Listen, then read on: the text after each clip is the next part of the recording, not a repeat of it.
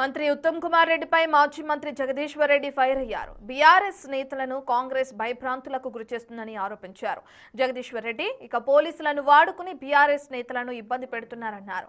Municipal ఎన్నికల్లో BRS నేతలు పోటీ చేయకుండా పోలీసులతో ఉత్తమ్ ఇబ్బందులకు గురిచేస్తున్నారని అన్నారు. ఉత్తమ్ చర్యలకు ధీటుగా సమాధానం చెప్తానన్నారు జగదీశ్వర్ రెడ్డి. ఉత్తమ్ కుమార్ రెడ్డి గ్రామ పంచాయతీ ఎన్నికలు వచ్చిన ఫలితాలతో పిచ్చి పట్టినట్టుగా వ్యవహరిస్తూ ఉన్నాడు. యథేచ్ఛగా పోలీసుల్ని వాడి బీఆర్ఎస్ పార్టీ కార్యకర్తలపైన అడ్డగోలు కేసులు పెడుతున్నాడు.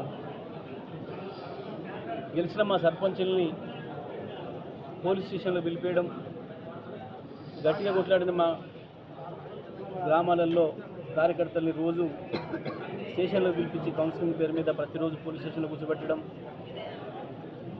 అక్కడక్కడ పోలీసులు అత్యుత్సాహం ప్రదర్శించి మరి మంత్రి గారి మన్ననలు పొందడానికో కాంగ్రెస్ పార్టీ మండలాధ్యక్షుల మన్నన పొందడానికో భౌతికంగా కూడా హింస పెడతా ఉన్నారు. తప్పకుండా దీనిపైన మేము పార్టీగా సీరియస్గా చర్య తీసుకుంటాం. మేము ఒకటే చెప్తా ఉన్నాం, ఉత్తమ్ కుమార్ రెడ్డి గారు, నువ్వు ఎంతమంది పోలీసులను వాడినా, ఎన్ని కేసులు పెట్టినా, మా వాళ్ళని ఎంతమంది జైలు పంపించినా మమ్మల్ని భయపెట్టలేవు, మా కార్యకర్తలు ఆత్మస్థైర్యాన్ని దెబ్బతీయలేవు. ఎట్టి పరిస్థితుల్లో కూడా ప్రజల్లోనే ఉంటారు, పోటీలో ఉంటారు.